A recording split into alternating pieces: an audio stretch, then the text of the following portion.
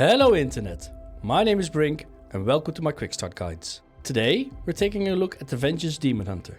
This is not a full in-depth guide, think of it as a simple refresher to get you up and running at the start of the new expansion. No one wants to do hours of homework before picking up a new class, so that's why I want to keep these tank guides short.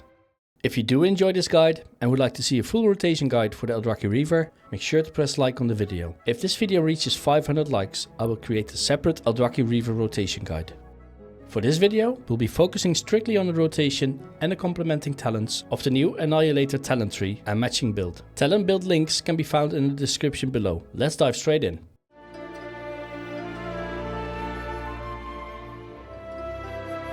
The Vengeance Demon Hunter isn't overly complex when it comes to the rotation.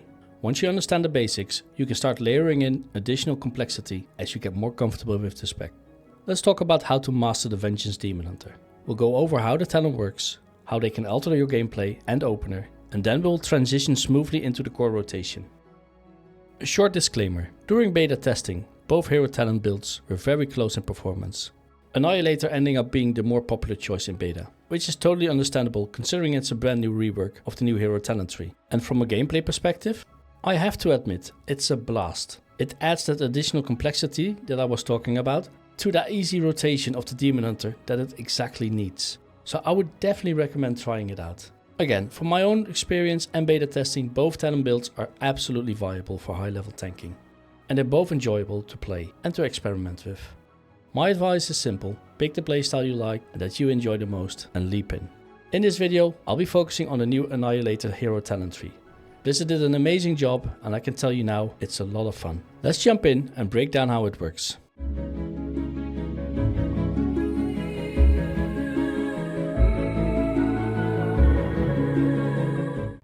So it all starts with Voidfall. Fracture has 35% chance to grant you 1 stack of Voidfall. Upon reaching 3 stacks, pressing Soul Cleave will consume a stack to generate a meteor strike that does massive AoE damage. So to understand this better, it's important to know when building stacks. Let's say you reach 2 stacks. You don't have to be scared to use Soul Cleave before reaching that 3rd stack. It won't intervene with the stack building. Only after you reach 3 stacks and only then your Soul Cleave will consume 1 stack. Blizzard's formulating here is a bit of a weird way of saying it, as it gives you the impression that you're still left with 2 stacks. You do, but trust me, these 2 stacks are useless for building up further meteors and will fade away, because after consuming 1 stack, you will start building a new 3 stack buff of Voidfall. They might as well have said consume all 3 stacks. But there is more to it how it works. We will get to it later, as we will see that these 2 stacks in the background will still give you a defensive benefit. So basically your main rotation is still Fracture to gain lesser soul fragments and Soul Cleave to consume them. Fracture has 2 charges and now it also grants a stack of Voidfall. Okay, we're off to a good start. Let's check out the other hero talents.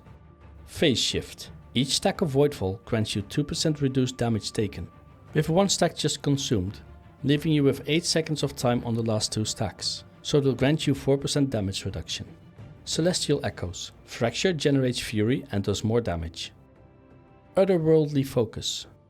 Spirit Bomb and Voidfall meteors deal 35% increased damage, with a diminishing returns on more targets. Catastrophe. Enemies struck by Voidfall meteors take 35% additional damage over 8 seconds. No! God! No! God, please, no! No! Oh no. That's unfortunate. It already got hit with the nerf hammer before this video went live. Ah well, at least we have a choice node coming up. Harness the Cosmos, buffing Voidfall meteors. Doomsayer, using Infernal Strike outside of damage, so basically on your pull, activates 1 Voidfall meteor. Dark Matter, your first Spirit Bomb after entering Demon form, which you will be doing a lot of with the new Apex, will cause a Shadow Meteor shower, dealing a good amount of damage over 6 seconds. Meteoric Rise. Fell devastation damage is increased and it also generates 3 soul fragments.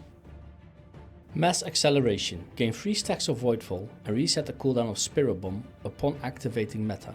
This is really cool and we will get back to this in the rotation part.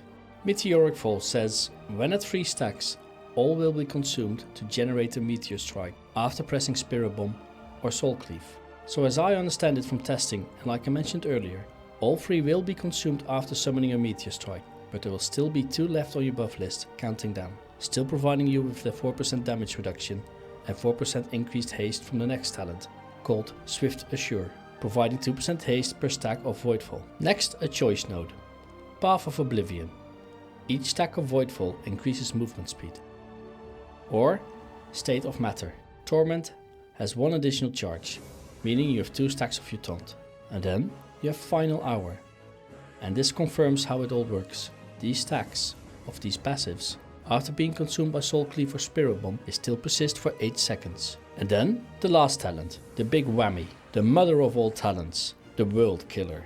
Every third meteor strike, called down in sequence, is larger, with a 50% increased area and 50% increased damage. And it reduces the remaining cooldown of meta by 10 seconds. Having a cooldown reduction in your rotation and gameplay is always fun if you ask me.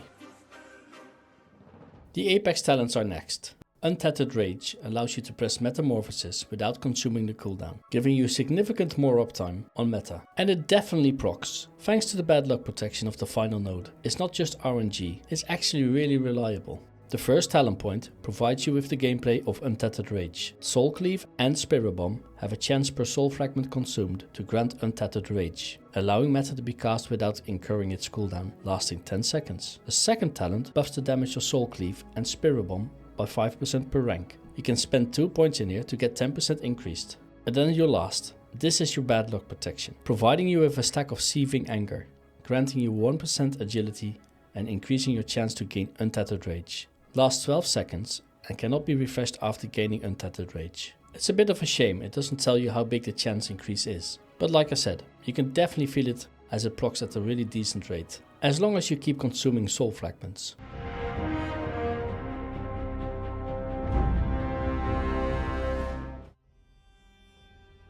We all knew something needed to change, as the Vengeance Demon Hunter was somewhat problematic. It has been S tier many times last seasons and prior expansions.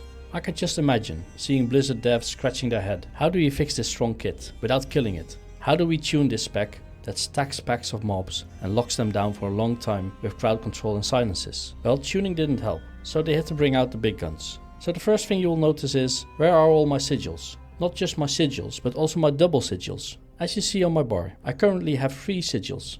I mean, it looks like I got 6, but I macro my sigils. Want to place them at my feet, where they usually go 90% of the time, and the others if I want to place them somewhere else. So no, these are not our double sigils. The double amount of sigils are gone, but we still have one of my favorites, and that is Sigil of Change. This pulls in the mobs to its location, and it's on a 1-minute cooldown. To take this, your Sigil of Misery gets replaced.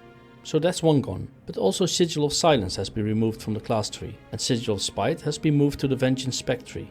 So this leaves you with Sigil of Flame, Spite and Change. And if I'm honest, I'm all for these changes. Let's see what they've done with it so far. They have gained a cool talent I would like to talk about. It's called First In, First Out.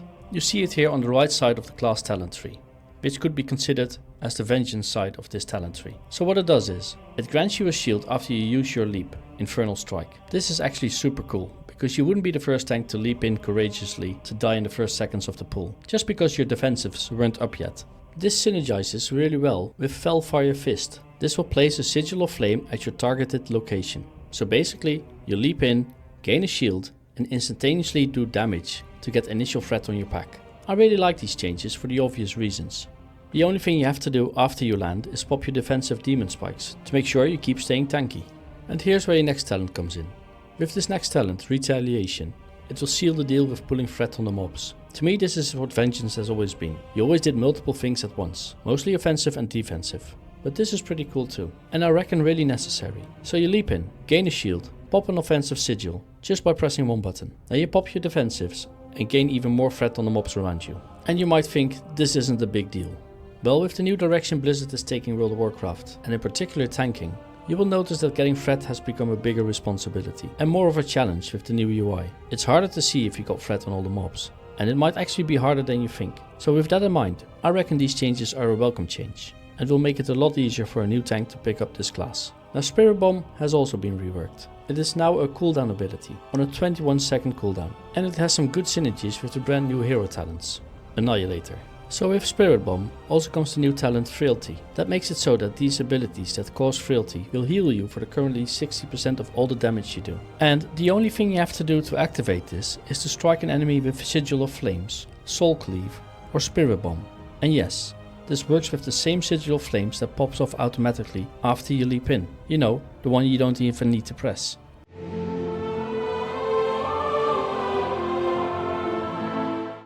Let's go over the opener step by step. Infernal Strike. And why would you prefer to leap in? Because Infernal Strike triggers the talent Felfire Fist, placing a sigil of flame on landing. If talented into Doomsayer, you remember the choice node, this will trigger an early Voidfall meteor. Then you want to pop your Demon Spikes. Activates Retaliation for increased threat and early mitigation. Then you want to pop your 1 minute cooldown, Sigil of Spite, for massive AoE damage burst, excellent snap threat on pull, and it's perfect to layer on top of Sigil of Flames before your DPS unloads. Next you want to Fracture 2 times, generating Fury and 2 or 3 soul fragments. This makes sure you start rolling your Fracture global cooldowns, so you can use it again as soon as it comes back up, as your goal is to begin building Voidfall stacks and reach the 3 stacks as fast as possible. Next you want to use your Spirit Bomb before meta, making sure you can benefit from the reset. Consuming soul fragments early increases chance to proc Untethered Rage. Now it's time to pop your Metamorphosis, granting you 3 Voidfall stacks via mass acceleration. This resets your Spirit Bomb and this grants you 3 stacks of Voidfall. By this time you probably need some Fury to fuel your next Spirit Bomb that just got reset. So do an Immolation Aura into Fracture to gain Fury. By now you should have generated plenty of soul fragments and Fury to cast the Spirit Bomb. This already triggers the Voidfall meteor because of the 3 stacks. And because of the Dark Matter talent, you gain another meteor shower, placing you on 2 meteor strikes. So you're well on your way to push towards World Killer for increased meteor damage and your meta cooldown reduction. Now you want to weave in your Fell Devastation for high burst damage, and it generates soul fragments via the talent Meteoric Rise. If your Spirit Bomb now on cooldown, you want to settle into your normal rotation thinking pattern, Fracture, Soul Cleave and Immolation Aura. Instead of explaining a fixed order of buttons to press, it's way more useful to understand the meaning of your rotation. I'm sure there will be min-maxers out there that find an even better fixed way to do things, but my goal here is to create an understanding. Now that the opener is done, this is where the Annihilator really shines. Not through a fixed rotation, but through understanding what you're trying to maintain.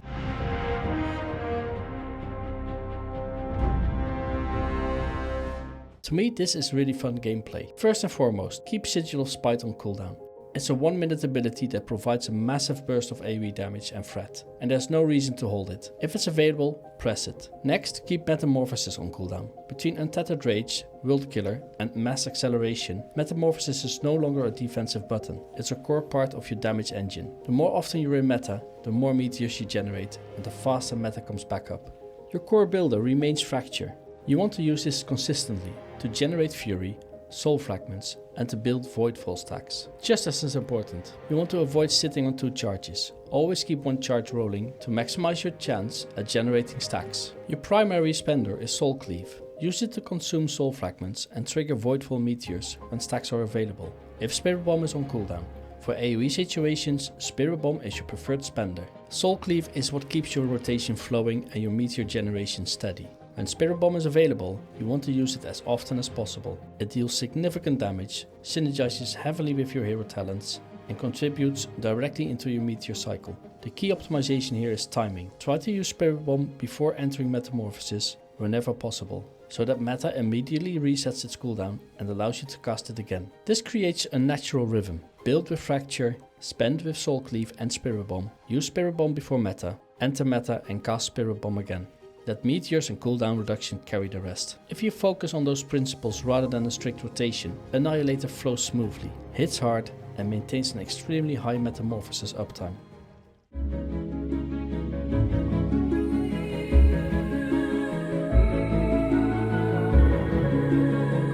And there you have it. That's the full breakdown. Keep the cycle going and you'll maximize both your damage and survivability. And don't worry if you feel like you're making small mistakes. It usually won't be a big issue. I'll highlight the most important pitfalls to watch out for and put them on the screen for you. Alright, like I said, it's time to wrap things up. There's honestly a lot more we could talk about with the Vengeance Demon Hunters. Both hero talents are a lot of fun and definitely worth a deep dive. But in this video we covered a lot, just going over your core rotation and talents. So we're going to end it here.